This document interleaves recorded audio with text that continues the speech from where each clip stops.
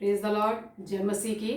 आज हम परमेश्वर का वचन देखेंगे इब्रानियों की पुस्तक उसके 11वें अध्याय से। यदि हम इस अध्याय को देखते हैं तो यहाँ सबसे पहले जो शुरुआत है वो विश्वास की डेफिनेशन के साथ हुई है कि विश्वास क्या है। विश्वास आशा की हुई वस्तुओं का निश्चय और अनदेखी वस्तुओं का प्रमाण है। और आगे अगर हम इस अध्याय को पढ़ें तो इसमें पूरा हम विश्वास के योद्धाओं के बारे में जान पाते हैं। उनकी गवाहियां हम देखते हैं कि कैसे उन्होंने विश्वास की यात्रा अपनी पूरी रखी। और अगर हम मसीह जीवन को देखें तो मसीह जीवन जो है वो विश्वास की ही यात्रा पर निर्भर है, क्योंकि मसीह पौलुस कहता है कि मसीह जो है वो विश्वास के द्वारा ही जीते हैं, विश्वास के द्वारा ही चलाए जाते हैं, विश्वास के द्वारा ही हम बचाए गए हैं।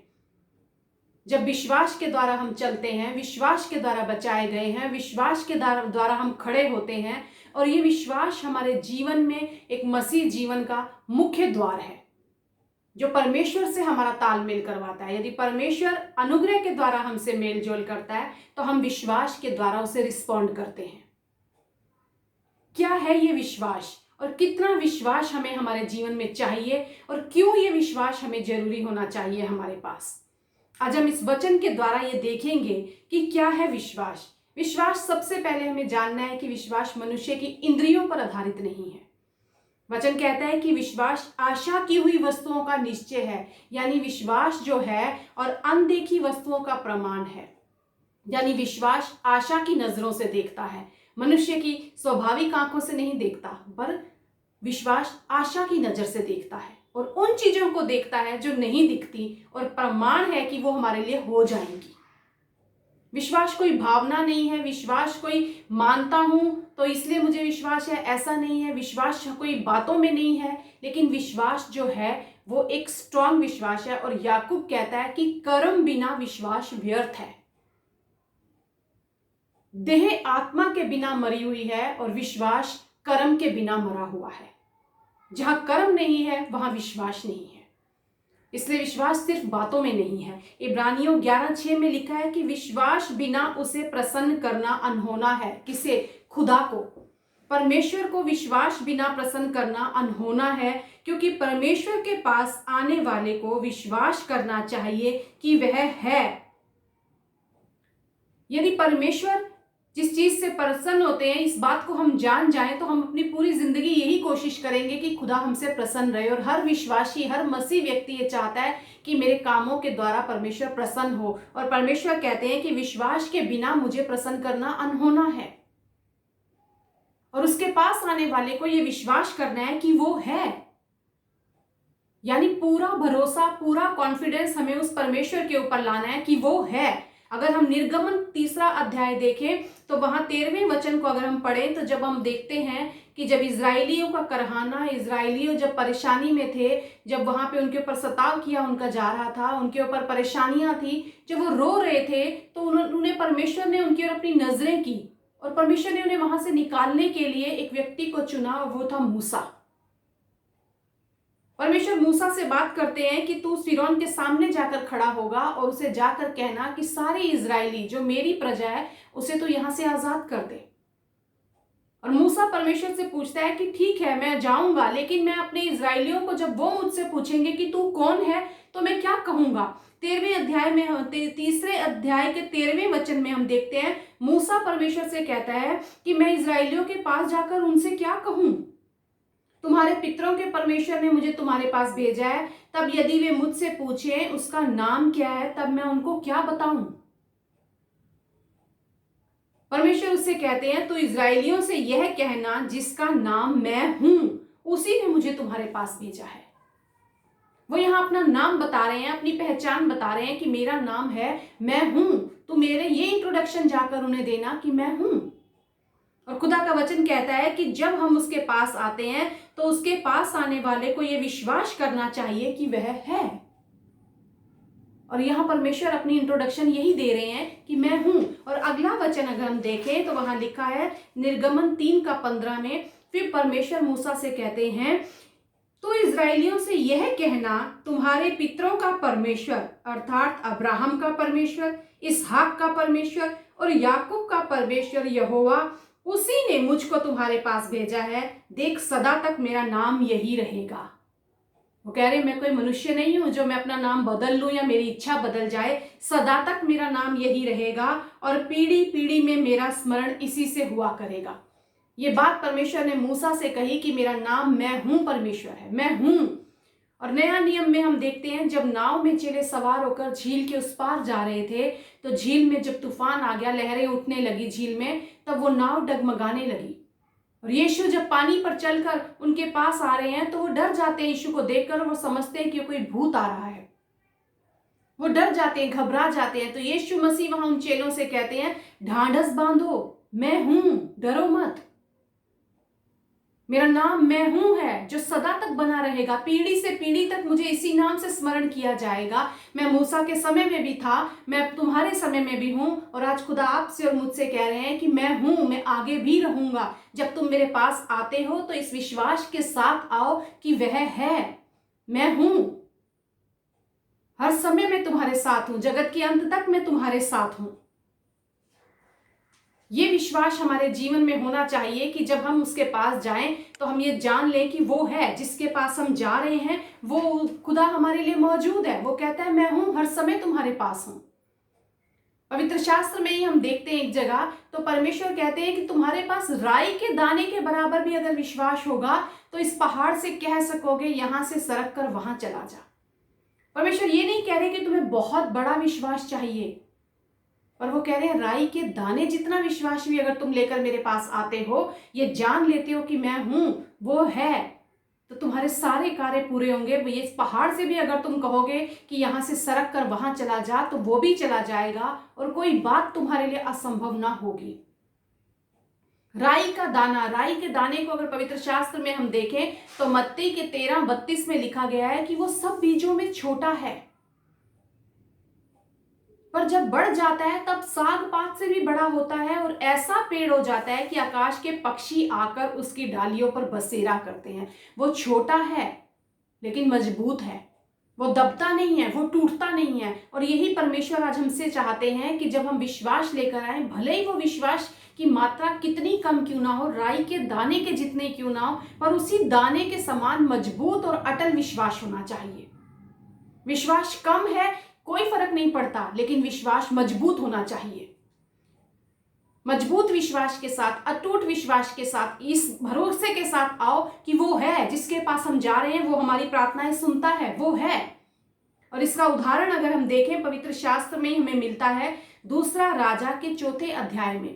वहां हम एक स्त्री के बारे में पढ़ते हैं, शूनेम वासी स्त्री, जिसके घर पे अगर हम देखें तो वहां लिखा हुआ है पवित्र शास्त्र में कि एलीशा जब शूनेम में आता था या वहां से गुजर कर जाता था तो वो उस स्त्री के घर पे आता था, वहां खाना खाता था। और एक बार स्त्री कहती है अपने पति से कि ये परमेश्वर का भक्त जो हमारे यहाँ आता है, क्यों ना हम इसके ठहरने के लिए कुछ बंदोबस्त करें। वो एक कमरा बनवाते हैं, उस कमरे में एक मेज, एक खाट, एक कुर्सी, दीवट, सब कुछ रखते हैं कि जब वो भक्त यहाँ आए तो उसे किसी प्रकार की कोई समस्या ना हो, कोई प्रॉब्लम ना उसके साथ हो, पर उसे चैन और आराम मिले। और वहां वो हमेशा आता रहता था। एक दिन वो कहता है अपने गेहजी से, सेवक से, कि ये स्त्री इतनी हमारी सेवा करती है, हमें भी इसके लिए कुछ करना चाहिए। तो गेहजी उसे बताते हैं एलीशा को कि इस स्त्री के कोई बेटा नहीं है, इसका पति बूढ़ा है और इसके कोई बेटा नहीं है। तो वो परमेश्वर के वचन के अनुसार उसे एक आशीष देते हैं कि अब बसंत ऋतु में तेरे घर में बेटा होगा। और अगर हम इसको पढ़ें 4 अध्याय का 8वें वचन से अगर आप पढ़ें तो वहां पूरी आपको एक घटना मिलेगी कि किस तरह एलीशा उसे बोलता है और उस स्त्री को परमेश्वर के वचन के अनुसार पुत्र पैदा होता है। और फिर आगे हम पढ़ते हैं 18वें वचन में कि एक दिन अचानक उसका बेटा बीमार होता है, उसके सर में दर्द होता है और वो मर जाता है। जब बेटा मर जाता है तब आगे लिखा है कि स्त्री क्या करती है, तब उसने चढ़कर उसको परमेश्वर के भक्त की खाट पर लिटा दिया और द्वार बंद कर दिया। और द्वार बंद करके वो उतर गई, कहीं जाने की तैयारी करने लगी। कहाँ जा रही है वो? 22वां वचन कहता है उसने अपने पति से कहा, मेरे पास एक सेवक और एक गधी तुरंत भेज दे कि मैं परमेश्वर के भक्त के पास झटपट हुआ हूं। वो परमेश्वर के भक्त के पास जाने के लिए एक गधी और एक सेवक को मंगवा रही है। और उसका पति उसे बोलता है कि आज तो उसके यहाँ क्यों जाएगी, आज ना तो नए चांद का और ना विश्राम का दिन है, क्यों जा रही है तू वहां, आज तो कुछ खास दिन नहीं है। पर स्त्री उसे क्या जवाब देती है? वो कहती है, आगे लिखा है, उसने कहा कल्याण होगा। मैं वहां जा रही हूं क्योंकि वहां कल्याण होगा। परमेश्वर का वचन कहता है कि जब हम उसके पास आए तो इस विश्वास के साथ आए कि वो है और अपने खोजने वालों को प्रतिफल देता है। वो स्त्री पहले से ही जान गई कि मेरा कल्याण होगा, वहां मैं जा रही हूं जहां वहां मेरा कल्याण होगा। मरकुस 11:24 कहता है परमेश्वर का वचन कि मैं तुमसे कहता हूं कि जो कुछ तुम प्रार्थना करके मांगो तो प्रतीति कर लो, तुम्हें मिल गया।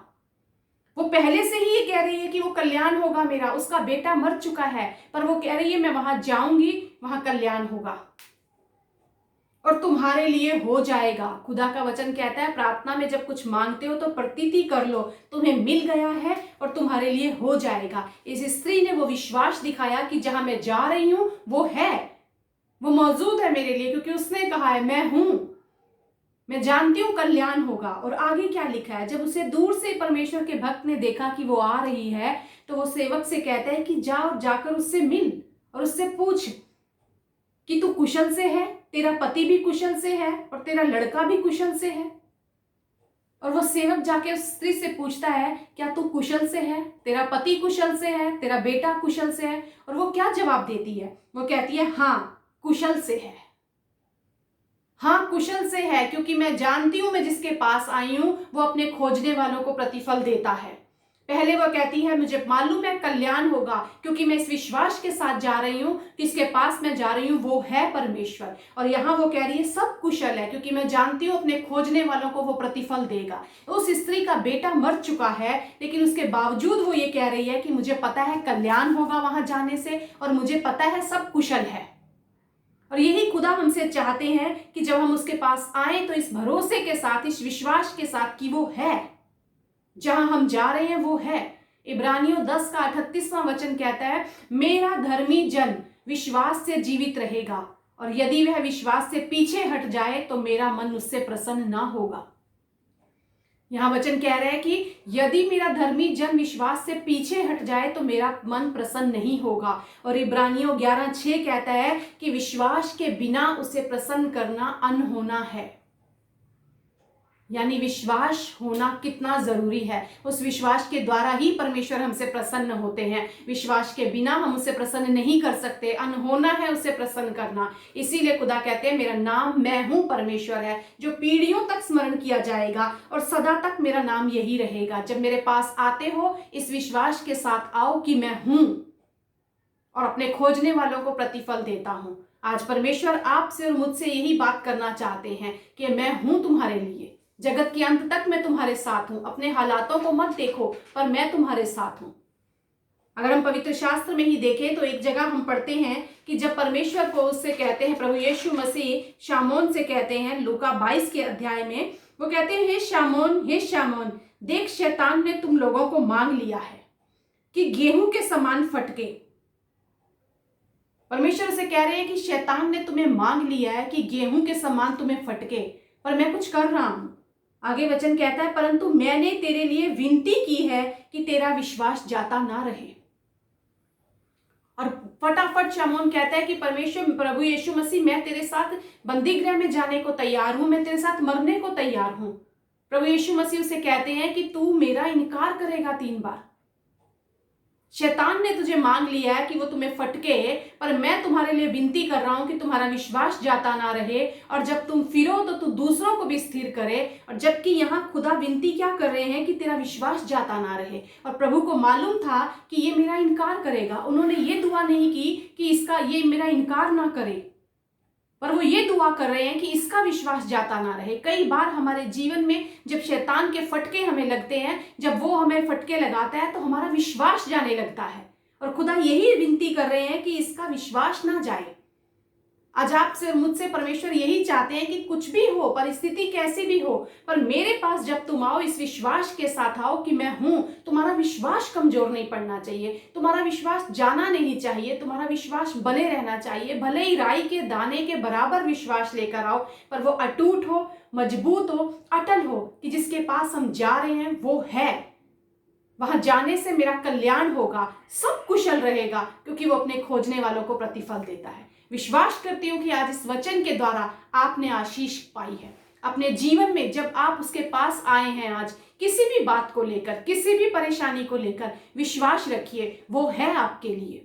खुदा खुद कहता है, पीढ़ी से पीढ़ी तक मेरा नाम इसी बात से स्मरण किया जाएगा कि मैं हूं, यही मेरा नाम रहेगा।